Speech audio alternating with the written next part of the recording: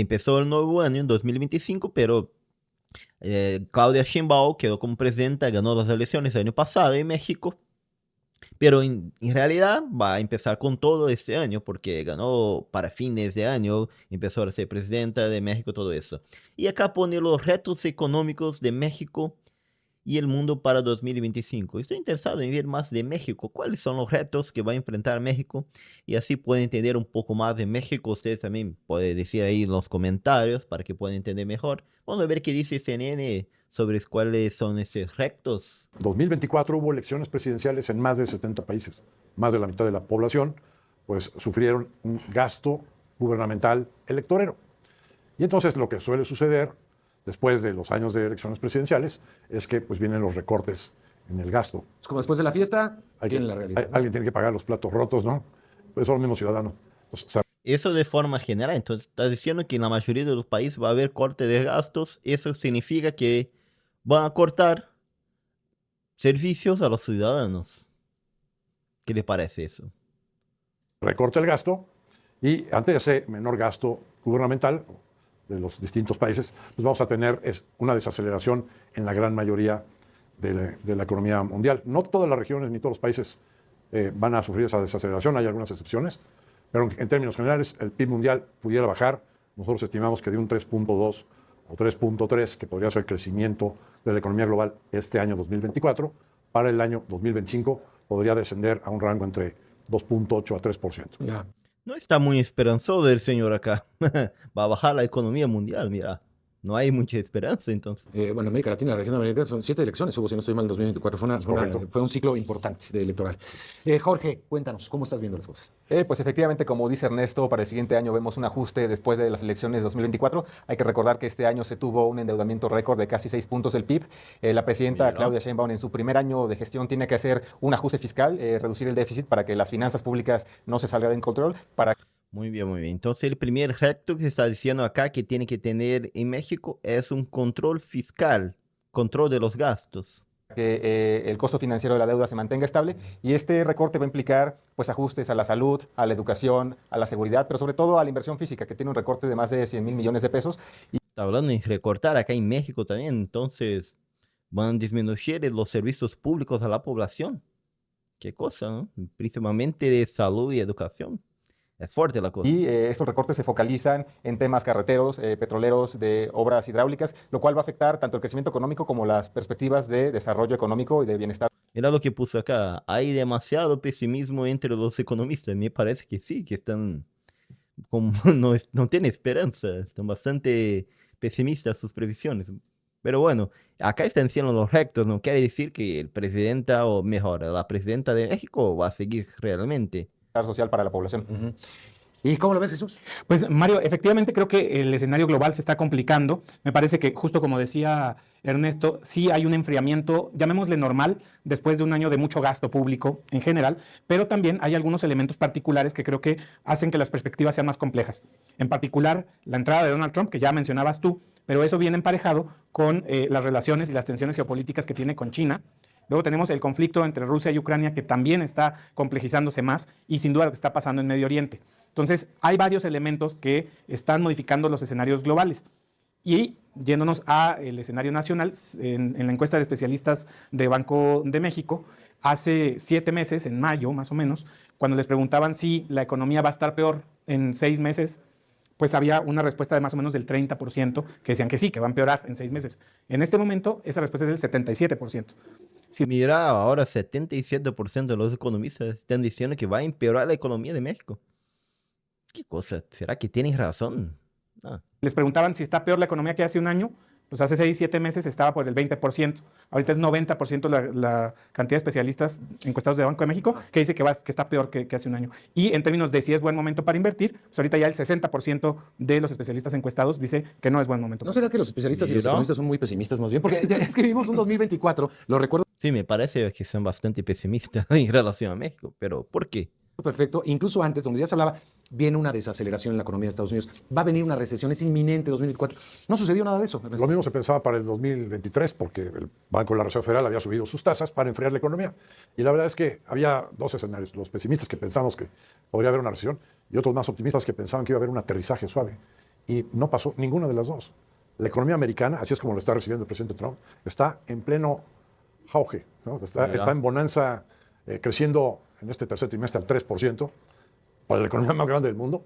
Es una economía todavía muy, muy fuerte, como lo está recibiendo el presidente Trump. Sí, ¿cómo lo ven ustedes? Mira, a mí me parece que efectivamente en Estados Unidos las cosas están desacelerándose más tranquilamente, ¿no? Es un poco menos probable que haya un freno. Sin embargo, en México hay otro tipo de señales que creo que contribuyen a este pesimismo que probablemente sí sea muy natural de nosotros los economistas. Bueno, entonces acá va a decir las causas, vamos a ver.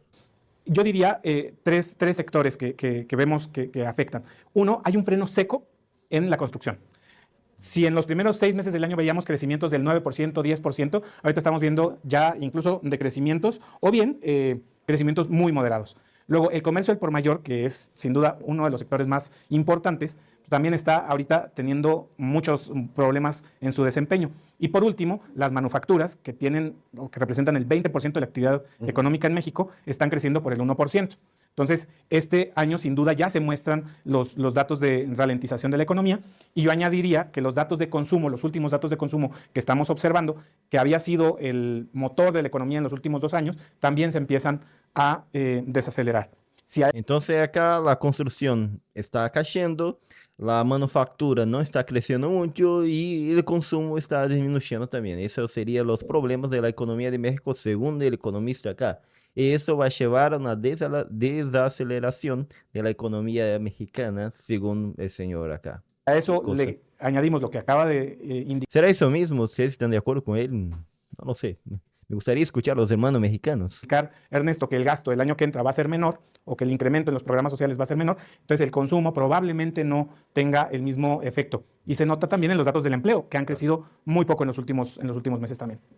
A ver, Acá está el otro problema, el empleo. Según él, no está creciendo. ¿Qué cosa? Sí, yo creo que hay que tener mucho cuidado con el optimismo para el siguiente año. Los economistas no tenemos una bola de cristal y digo que hay que tener cuidado con este optimismo, sobre todo en finanzas públicas, que es lo que yo manejo, ya que no tenemos fondos de emergencia para pues cumplir o subsanar recortes al gasto si es que no se cumplen los ingresos o el crecimiento económico. Por ejemplo, el Fondo de Estabilización de los Ingresos Presupuestarios tiene alrededor de 50,000 millones de pesos. Eso es 85% menos de lo que llegó a tener en 2018. Y nada más como un ejemplo, en 2019, cuando no se creció lo que esperaba Hacienda, que era alrededor de 2%, y caímos apenas 0.1%, utilizamos 170,000 millones de pesos de ese fondo. O sea, no tenemos para reaccionar a un caso donde la economía no crezca como lo espera Hacienda. Creo que los motores más importantes de la economía están bajando de ritmo y en particular el comercio exterior ante las amenazas de Trump, que por cierto no necesitan hacerse realidad para afectarnos económicamente. Simplemente con que nos digan probablemente les pongan un arancel a las exportaciones, bueno, eso tiene implicaciones no solo de precios, sino también de costos en las cadenas de valor que tenemos interconectadas. Acá entonces estaría el otro reto, que sería de, bueno, negociar con Trump esa cuestión internacional de los aranceles. Básicamente somos una gran fábrica en América del Norte, entonces para producir coches, para producir vehículos, pues cruzan nuestros productos la frontera varias veces. Con aranceles simplemente eso se rompe y tendríamos un reacomodo que tomaría años para poderse realizar. Entonces, ese tipo de anuncios, aunque no se hagan realidad, afectan la confianza, afectan las decisiones de inversión y probablemente posponen proyectos. Por eso es tan difícil pensar que en este momento, pues digamos, los pesimistas erremos más que los optimistas. Sí, pero esas son amenazas, pero digamos, no son de que están en el ambiente. Esas son ya, digamos, políticas públicas puntuales. Muy puntuales, ¿no? Anunciadas. Eso podría venir en cualquier momento. Al igual que otros asuntos como las deportaciones masivas, que también tendrán un impacto económico para uno y otro lado de la frontera, sin duda. Acá sería el otro problema que va a enfrentar Sheinbaum, las deportaciones, porque, bueno, Trump quiere deportar a todos a México, pero Sheinbaum dice que acepta únicamente a los mexicanos.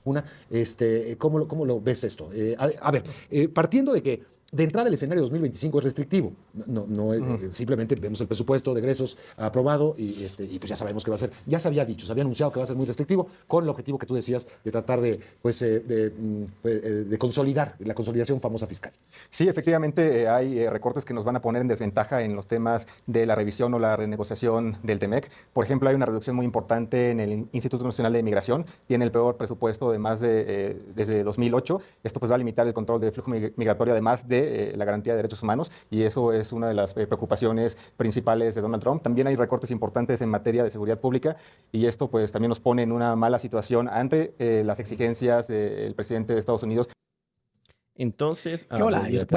No, Bueno, entonces voy a ver si entendí, voy a decir a ustedes, lo que entendí acá es lo siguiente. La presidenta de México va a enfrentar algunos desafíos para el próximo año y ese desafío sería que tiene que hacer un recorte fiscal, entonces puede disminuir los servicios que ofrece la población, como salud, educación, porque, bueno, tiene que hacer un control fiscal. Allá, según dicen los economistas, la economía va a caer porque la construcción no está creciendo, el empleo también no, el consumo también no, la manufactura también no. Ya está enfrentando grandes problemas de inmigración con Trump, porque quiere deportar una gran cantidad de migrantes, mexicanos o no, ella dice que no acepta, Trump dice que quiere deportar mismo así, todo eso, entonces sería otro problema. Y esos serían los desafíos que va a enfrentar la presidencia para 2025, que pone pesimistas los economistas sobre la posibilidad de crecer la economía de México o no. Entonces, ahora, creo que entendí eso, pero ustedes, principalmente los hermanos mexicanos, ¿están ciertos? ¿No están? ¿Qué está pasando? ¿Qué va a pasar con México? Me gustaría saber. Acá Santiago Brazuca, desde el sur de Brasil.